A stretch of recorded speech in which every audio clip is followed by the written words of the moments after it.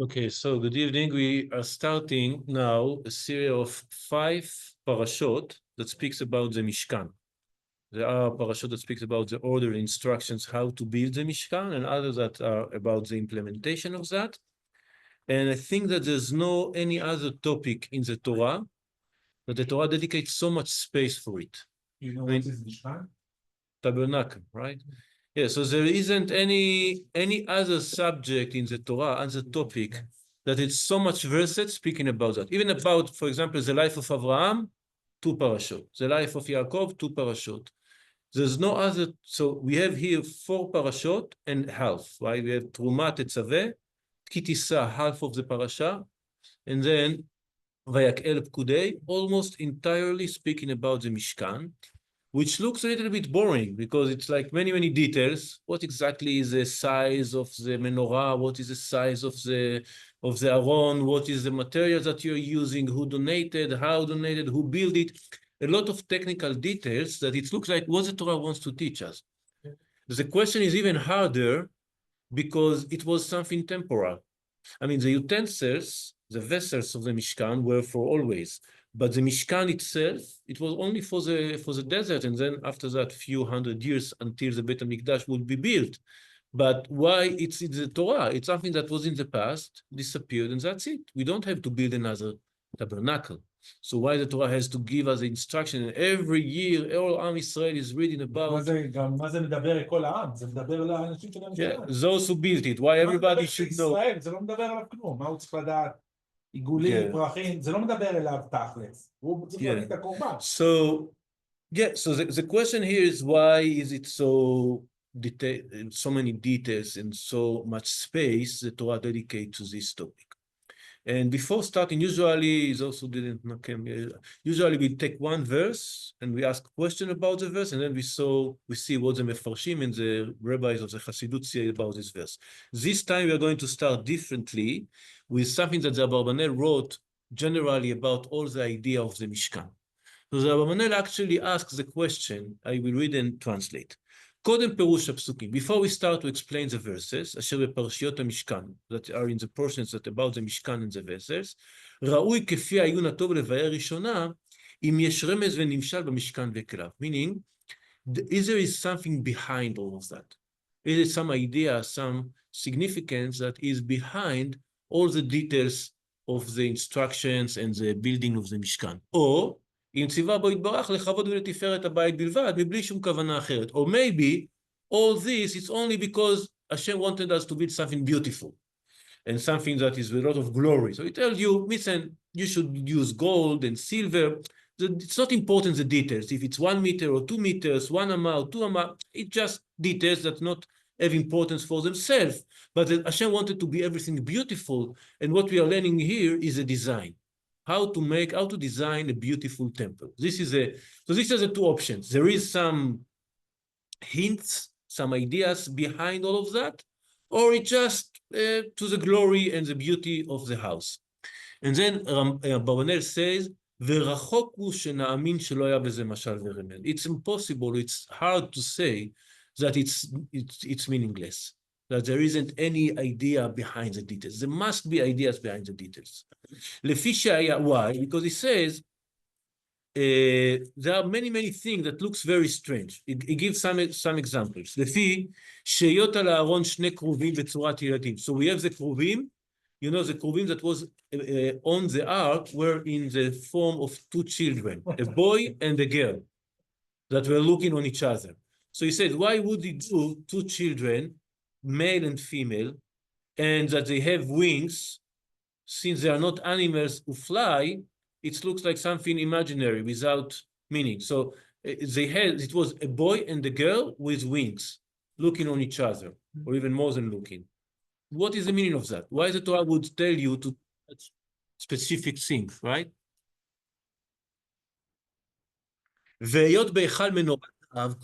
So why do we need menorah of gold? ושבעה נרותי עליה, so all these details, we need 7 candles, and in this candle, ונורא 3 ציורים מתחלפים, גביעים, כפתורים ופרחים. Each one of the candles, of the branches of the candle, had 3 kinds of drawing. Design. But you said it was temporary, but the menorah and the Mishkan himself was בבית המקדש. Yeah, so I said the vessels were for always. Yeah. But the tabernacle, עם הקרובים. no, the ark with the Kruvim was, but the tabernacle meaning the building. They used to, they did the Yeriot, yeah, that was temporal. Anyway, the menorah was always, what you say, you should do exactly 3 cups, 3 כפתורים, buttons, and 3 flowers. וכן היות ג' גביעים משוקדים. בכל קנה כפתור ופרח.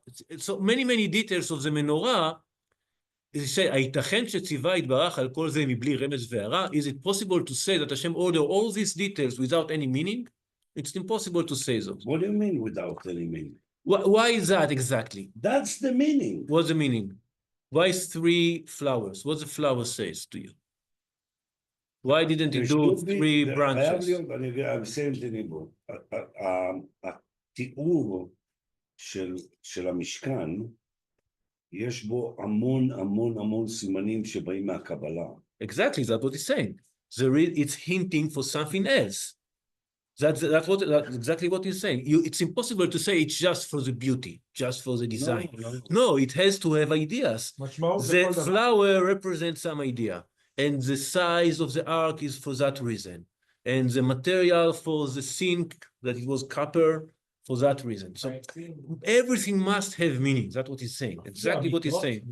The size, yeah, the מספרים, yeah. So that's what he said.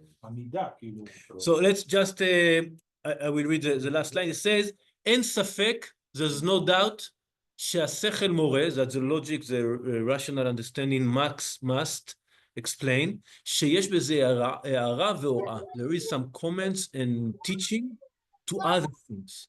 זולת פשטי המאמרים. Apart from the literal meaning of the verses, it must mean something. ולכן השתדלו חז"ל לתת הערות על קצת הדברים האלה בדרכים שונות. So חכמים gave some explanation in different ways to explain. We should, can you do... Pretty funny though. Yeah, okay, yeah. Lift her up in the air. Just a second. Look at you in your carrot. This is a Okay.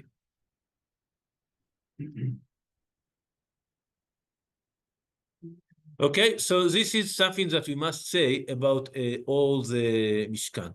And now he gives one of the explanation. So the general explanation says that the Mishkan represents the whole world, the material world and the spiritual world. So everything is represents something in the reality, in the universe. Or the other way is go from big to small. This is from small to big.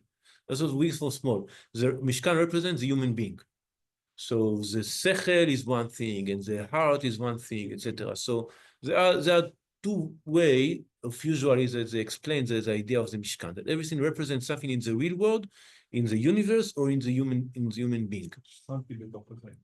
Yeah. So you give, for example, in Chachamim say in the Midrash, מה למעלה שרפים, אף כאן עצי שיטים עומדים. In the heaven we have angels. In the Mishkan, there is the columns that were standing of the wood. מה למעלה כוכבים, in the sky we have stars. אף המשכן כוכבים, דאמר רבי חייא, מלמד שהיו קרסי זהב במשכן נראים ככוכבים ברקיע.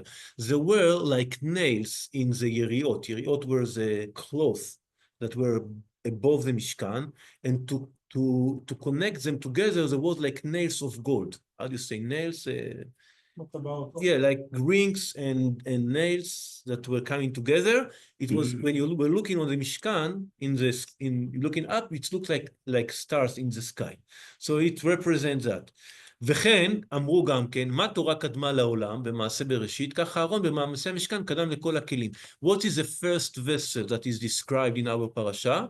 The ark. The ark represents what? The Torah. So the Torah was before the world. That's the reason the ark is before the Mishkan, before the building of the Mishkan itself. ואמרו גם כן שהייתה מנורה רמז לנפש האדם. The menorah is like hinting to the soul of the person, לזכך עצמה, etc. You say, etc. All the מפרשים, etc. They are giving different explanation of how how to explain all the details of the Mishkan. So this is general rule. When we are reading all these verses and all these details about the utensils, everything has meaning. Every detail of the size, of the material, of the color, of everything that is written in the Torah and in the words of Chachamim, it must significant something. There is some idea behind that. Okay, I will skip now. Kliakar say basically the same, and now we are going like usual with the verse. So it says the first verse about building the Mishkan, the orders that Moshe received, is about the ark, and it says, ועשו ארון עצי שיטים, 2.5 אורכו, ו1.5 רוחבו, ו1.5 קומתו. They shall make an ark of acacia wood. It's a special wood, 2.5 cubits long, 1.5 cubits wide, and 1.5 cubits high. So what question would you have about this verse? What do you think? Not particularly what kind of wood is it? What it should be? Shitim, it's some kind of wood, עצי שיטה. You know what? It's in the desert. הטראנק שלו רק מחדש את עצמו. וזה מדמיין לעם היהודי, שלא משנה, גם אם יש חוק תמיד מחדש. Renew itself. הוא מחליף את הקליפה שלו, גם אם היא מתה. זה גם אין שיטה. Like we said, every detail must have some kind of meaning. Yeah, so what question do you have about that? We start with the first question. We already gave an answer. כמה זה 200? 200, it's 2.5. But 2.5? Amma, it's a cubit. It's around 0.5 meter. It used to be the size of a arm. Yeah. So, yeah.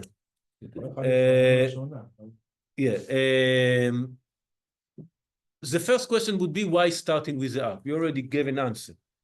The second, what would the ark represent? The third question, why exactly this size? I'm not going to answer all the questions, but this is like, when you read a verse, you must ask all the questions possible about that. Well, we have a big class today, Baruch Hashem.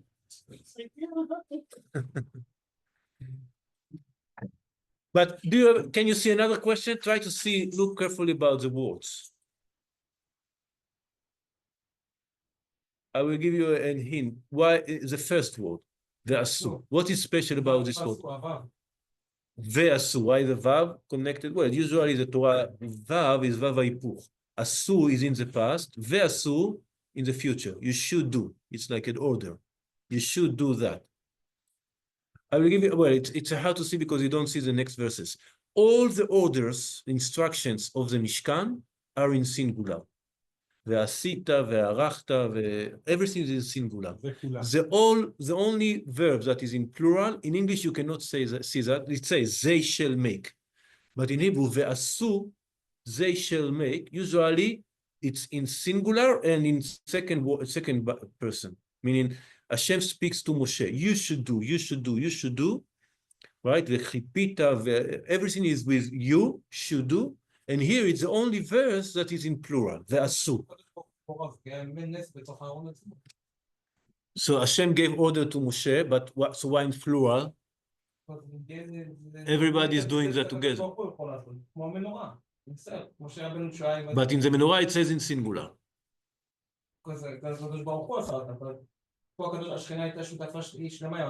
יחד עם הארון.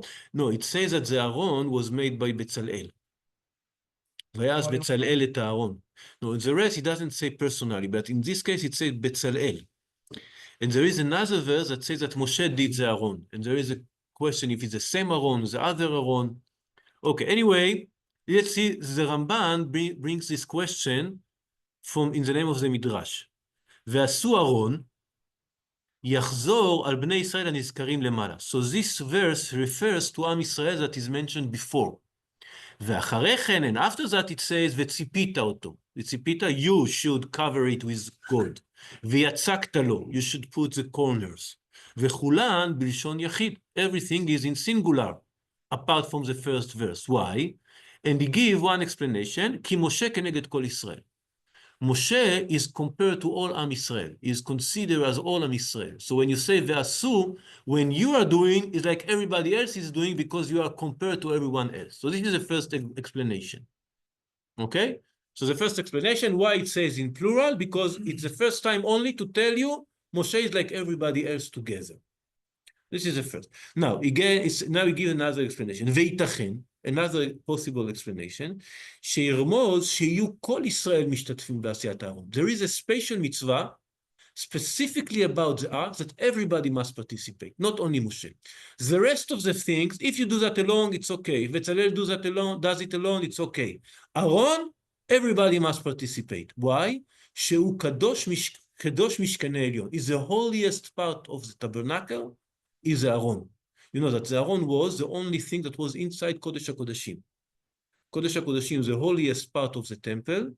The only thing that was in this room was the Aaron. And inside the ark was the tables, the tablets, the Ten Commandments, and above it the Kruvim, but it was the only thing. So it's the holiest vessel in the tabernacle, and that's the reason that everybody must participate. And give another reason, ושיזכו כולם לתורה. The Aaron represents the Torah. The Torah doesn't belong to Moshe Rabbeinu. The Torah belongs to everybody.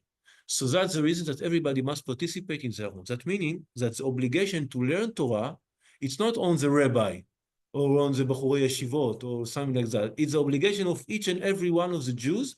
Everybody must have a part in the Aaron, meaning in the Torah. So that's what he says. It's a hint, it's alluding to the fact that all Israel must participate in the Aaron. Why? Because he is the holiest of the tabernacle, and because everybody should get part in the Torah. וכן אמרו במדרש רבה, also the Midrash says the same idea. מפני מה בכל הכלים כתוב ועשית, all the rest of the vessel it says you should do, ובארון כתיב ועשו ארון, that everybody should do in plural. אמר רבי יהודה ברבי שלום, אמר הקדוש ברוך הוא, יבואו הכל ויתעסקו בארון, שיזכו לתורה. Everybody must take part in building the Aron, because we want everybody will have part in the Torah. So now is a practical question. How 600,000 people can make Aron, one Aron? Right? It's even in the government, I mean, you have 20 people making one document. But... Please, take the Masmerim giver. Okay. So, the Ramban gives answer for that. והעסק, so how can they be part of it? שיתנדב כל אחד, כלי זהב אחד לארון. Everybody will give a little bit of gold. So the donations, you don't build the Aron, but everybody donate a little bit for the Aron. Or another explanation, like Yair said, יעזור לבצלאל עזר מעט. One will give him the little bit of gold, other little bit of fire, I don't know. Everybody will do something else. Or, I think this is the most, makes more sense, שיכוונו לדבר, only by thinking. מה? איש נדבת ליבו. כן, yeah. But this is in the donation to generally of the Mishkan. They say that everybody should have kavana, intention, I am having part in the Aron, specifically in the Aron, not in all the tabernacle. Maybe I donate money, I donate silver, gold, whatever. Yeah, that's what they say, that everybody should take part. ואסור. Yeah. Well, it's another question, Jose. I won't answer it now. He wrote a question. It's another question. Where did they find the wood in the desert? Okay, so this is the first explanation. Why it's plural? Because everybody must take part. How? Practically, it may be helping a little bit, maybe donating a little bit, maybe just in the kavanah. I am giving energy to Bezalel to build the Aron. I am having part in it in my kavanah, and the kavanah is enough. The intention, the thinking, the thought, it's enough about that. Let's see. It's okay. I will. Another version of this explanation, a little bit different. What we said now, we want everybody to have merit in the Aron. Everybody to have part in the Torah. Al-Sheikh HaKadosh, Rabbi Moshe Al-Sheikh, he says something different. It starts with the same question. ועשו אהרון עצי שיטים, הנה אומרו ועשו באהרון, מה שאין כן ביתר דברים שלא אמרקים ועשית. The same question. Why here is plural and all the rest are singular. ומה שיראה עניינו הוא כי כתר תורה אינו ככתר כהונה ומלכות הרמוזים בשולחן ובמזבח. They said, I will extend a little bit, there are three utensils in the tabernacle that have zer. Zer, some kind of crown around them. The shulchan, the table, the mizbach haktoret, and the Aron, the ark. So each one of them represents something. Shulchan is Malchut, is a king, I think, or the other way, I'm not sure. The king, it's the Malchut kingdom. Yeah, but it's like a kingdom because it's the material wealth. And Mizbeach is Keuna, it's a priesthood, right? Keuna. And Aaron is Torah. There is a Mishnah that says there are three ktarim, three crowns. Keter Keuna, Keter Malchut, and Keter Torah. So Malchut and Keuna are for specific people. The house of David, not you. The house of David HaMelech, and priesthood is only the sons of Aaron HaKohen, but Torah is for everybody. What do you say? כי לא כל אדם זוכה למלכות ולכהונה. Not everybody can get priesthood or kingdom. אם לא לבית אבותם, אשר לזרע דוד וזרע אהרון. Only the descendants of David and descendants of Aaron. אך התורה, everybody has opportunity. So it's not only that everybody has obligation, everybody has opportunity. So we must be aware of the fact the Torah is not for the rabbis, it's not for the Kohanim, it's not for the Bachurei Yeshivot, it's for everybody. Everybody can take part in the Torah. וזהו ועשו לשון רבים. Okay. So this is the Ashech HaKadosh. I will skip the explanation. The tour, this is tour, we give a lot of hints. Maybe we should, let's read it fast. It's not necessarily for the question, for this specific question. He says again, ועשו אהרון בכולם כתיב ועשית חוץ מאהרון כתיב ועשו, שכל הכלים עשה שלמה כיוצא בהן חוץ מאהרון. He give another explanation. All the other vessels, they were done, another one of them, in the time of Shlomo. This is I don't know how it's answering the question. But Shlomo HaMelech, when he built the Beit HaMikdash, he did new set of vessels. Apart from the Aron Kodesh. The Aron Kodesh was the same one that was made in the days of Moshe. There was never done another Aron. The Aron disappeared until today. We don't know exactly where it is. Some say it's in the Vatican. Some say it's under the Mount Temple. And some say it's in Ethiopia. It's a Christian tradition. It's apparently not true. But it disappeared. But there wasn't done never another Aron apart from this Aron. So I don't know how he explains the plural and the singular. What he says, כל הכלים עשה שלמה, חוץ מאהרון. Now he said another thing. ארון, אותיות אורן, שיש בו אורן של ישראל. ארון is the same letter as their luz, their light. Their light. Right? What's light? Light of Israel. ואותיות נורא. The same letter, ארון, like נורא. Horrible, not horrible in the meaning of bad, horrible like frightening, like reverence, gives you reverence, awe, right? יראה. כי הוא אש אוכלה. The Torah is like fire. Another explanation, ארון בגימטריה נזר, שכתר תורה עולה על כל הכתרים. נזר is another word for crown, and it's גימטריה ארון, ארון and נזר. א' and ו' is like זין, עולה על כל כתרים, לכן כתיב ועשית עליו זר זהב, שולחן כתוב ועשית לו. In the Shulchan it says you should do for him, and in the Aron you say you should do put on it, so it's above it, it's not in it. So we can see that the crown of the Torah is more, is higher, is better than all the other kind of crowns. And then he also explains the size, the measurements. 2.5 אורכו, ו1.5 רוחבו, ו1.5 קומתו, כל מידותיו היו שבורות. The only utensil that all the measurement are half, the rest of the measurement are full. 2 אמות, 1 אמה, here it's 1.5, 2.5. Why and a half? It's broken. בחצאי אמות, ללמד שכל מי שלומד תורה צריך לשבר ולהשפיל עצמו. In order to be able to learn Torah, you must break yourself. Break your pride. Become modest. If you come modest and humble, then you can learn Torah. If you feel you are perfect, you are full measurements, you won't learn anything. You must come modest. Yes. Okay, so this is other hints that are, like we said before, that every details in this topic has meaning. Okay, I have another question here. Yeah, I know that it's not true. Okay. אורח חיים. אורח חיים, go another point. in this, what we said before. So everybody says Aaron is Torah. We should understand when he starts with Aaron because the Torah is before the word. When he speaks about Aaron is plural because it belongs to anyone, etc. All the things are related to the Torah. Or Chaim add another point that is very, very important. He says, why טעם שבארון שינה השם את דברו הטוב מכל הכלים שבכולם אמר ועשית, ופה אמר ועשו. So this is the first question. וגם, also another question, בפרטי אהרון עצמו, גמר אומר בנוכח, דכתיב וציפית אותו. So he said, not only, it's not a difference only between the Aaron, the ark, and the other vessels. Also inside the ark itself, only the first time it says ועשו. The rest of the instructions are in singular. When it says you should cover it, you should put it nether, and you should put the woods that to carry it, all these things, it's in singular. Only the first one is in plural. So why is it like that?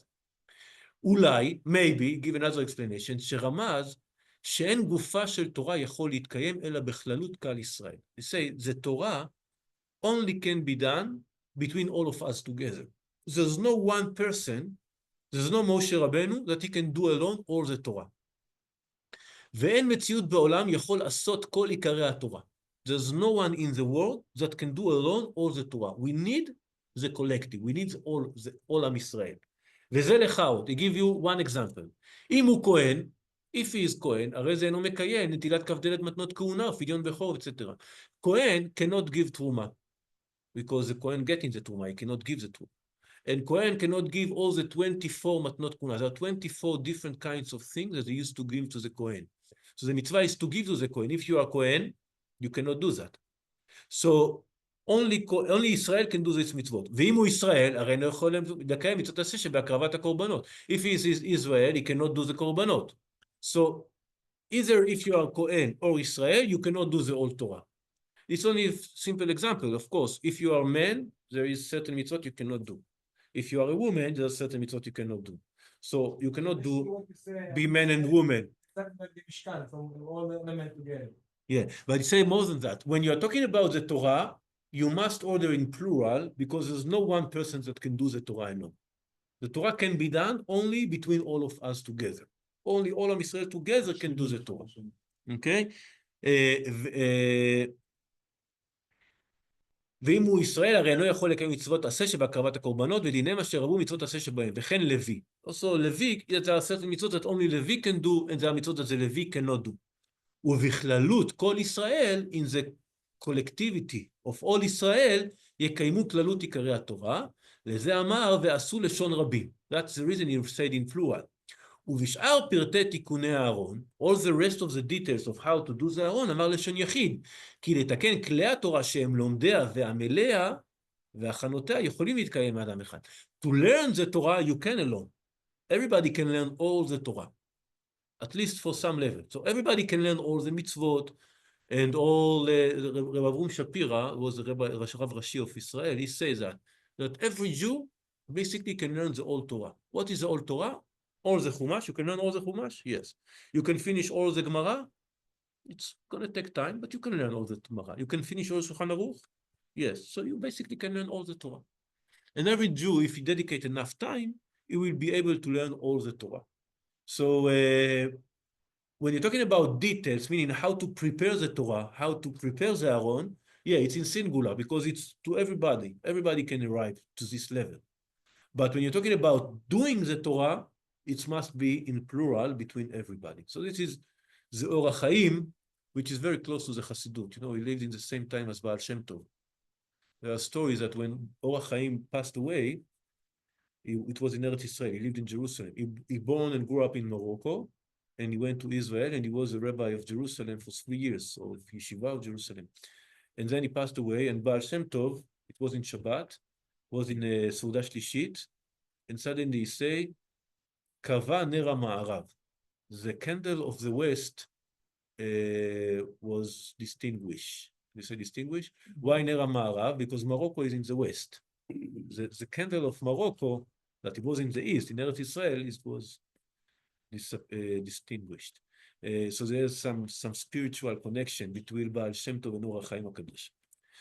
Okay, now I'm going to continue to the last explanation. Before that, I will cite a midrash. The last explanation is Chassidut. It's Maor Vashemesh. Maor Vashemesh is one of the important books of the Chassidut on the parasha. And he speaks about a midrash, a very strange midrash. It says, there is a verse in Iyov that say, Shaddai lo metzanu segi koach. We didn't find God very powerful. Lo metzanu segi koach, powerful, which is look like heretic declaration. What does it mean? You didn't find God powerful. God, of course, is powerful. He has all the power. Not only that, the same book in the Yov, it says, V'chtiv en el yasgiv bekocho. God is full of powers. So there is a contradiction. Once you say, we didn't find the power of God, another we say, Hashem has a great power. How can we explain these two verses that look like a contradiction? אלא כשהוא נותן לישראל, נותן להם לפי כוחו. וכשהוא מבקש מהן, אין מבקש אלא כפי כוחה. When he give you according to his ability, meaning with endless blessing. When he asks you to do, he asks you according to your ability. ראה מכתיב, את המשכן תעשה 10 יריות, לכן כתיב, שדי לא מצאנו סוגי. When Hashem asks us to build him a משכן, he asks 10 cloths. Everybody can do 10 cloths. Between 600,000 people, 5 minutes and you're doing this. He asks you according to what you can, not too much. וכשהוא נותן להם, what he gives, when he gives them, לפי כוחו, according to him. עתיד הקדוש ברוך הוא לעשות לכל צדיק וצודק חופה מענני הכבוד. Everybody will going to have a chuppah from the clouds of glory, meaning huge. For him, he asks us to do a little cloth. For us, he gives us endless glory or clouds of glory. So we can see, and then the Midrash gives many, many examples. One of them also is related to the Aron, and that's what Maor Vashemesh says here. Okay, so let's see that. With that, we're going to finish.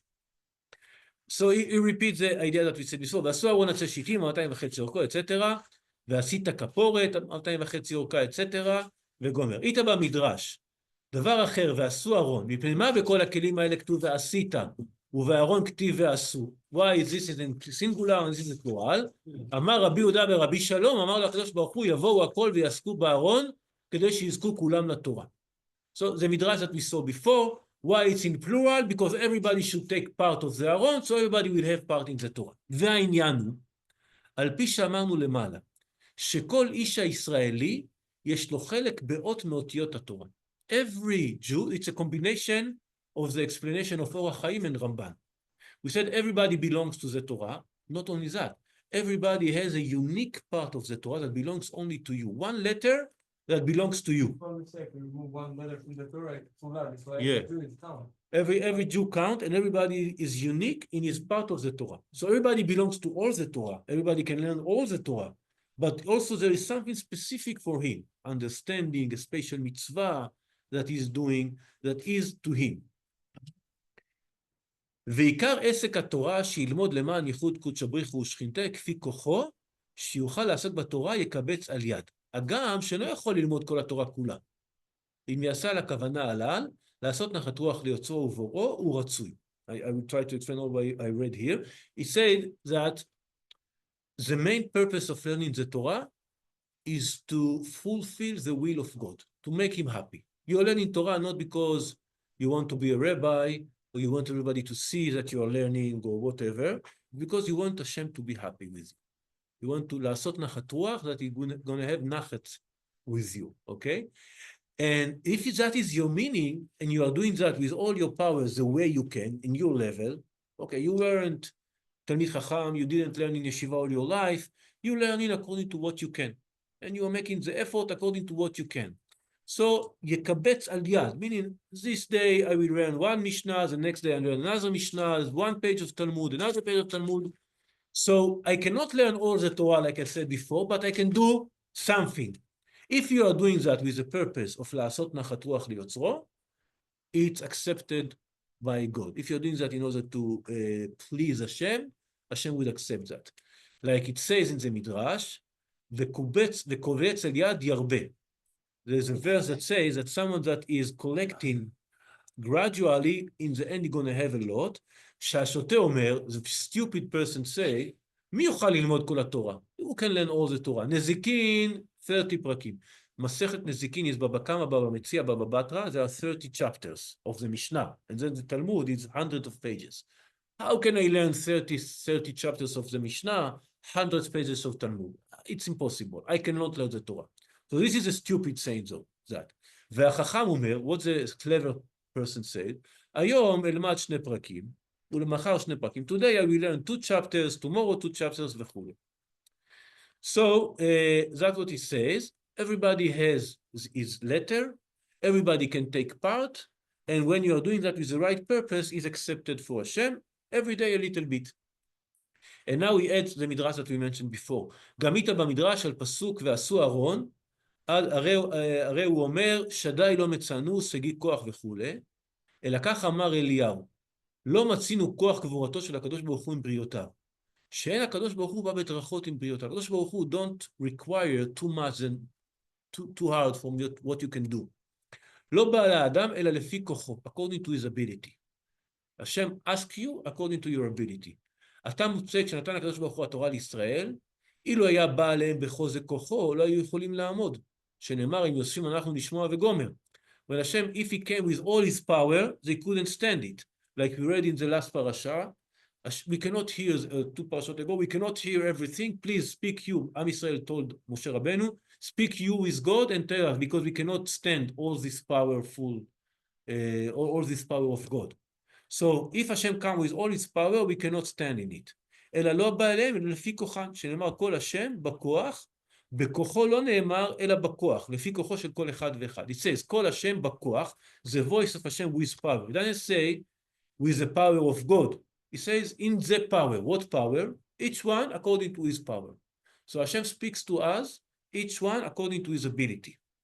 לכך הביא המדרש הזה על פסוק, ועשו ארון, להורות לנו שיעסוק האדם בתורה כפי כוחו, אשר יוכל להשיג רק שיהיה על כוונת הנ"ל. So everybody should learn the Torah according to his ability, as long as it's with his kavanah, in order to fulfill the will of Hashem. So, to summarize all what we see, from this one word, listen, look how many things they learn from one word from the Torah. Ve'asu, from this word, so many lessons. Okay, first of all, everybody must take part in learning the Torah. Second, everybody can learn the Torah. It belongs to him. Third, that the Torah can be done only in between all of us. And fourth, that even though you cannot do everything, you have your unique letter that Hashem expecting you to learn. And when you are doing the best you can, it's accepted by God as what you are required to do. Hashem doesn't require you more than what you can do. Okay? נכון, יש משפט שאומר, השם לא מעמיד אף אחד במבחן שלא יכול לעמוד בו. ראיתי אתמול מדרש מעניין עם הרמב"ם, שאומר שאם אתה בבוקר תפילת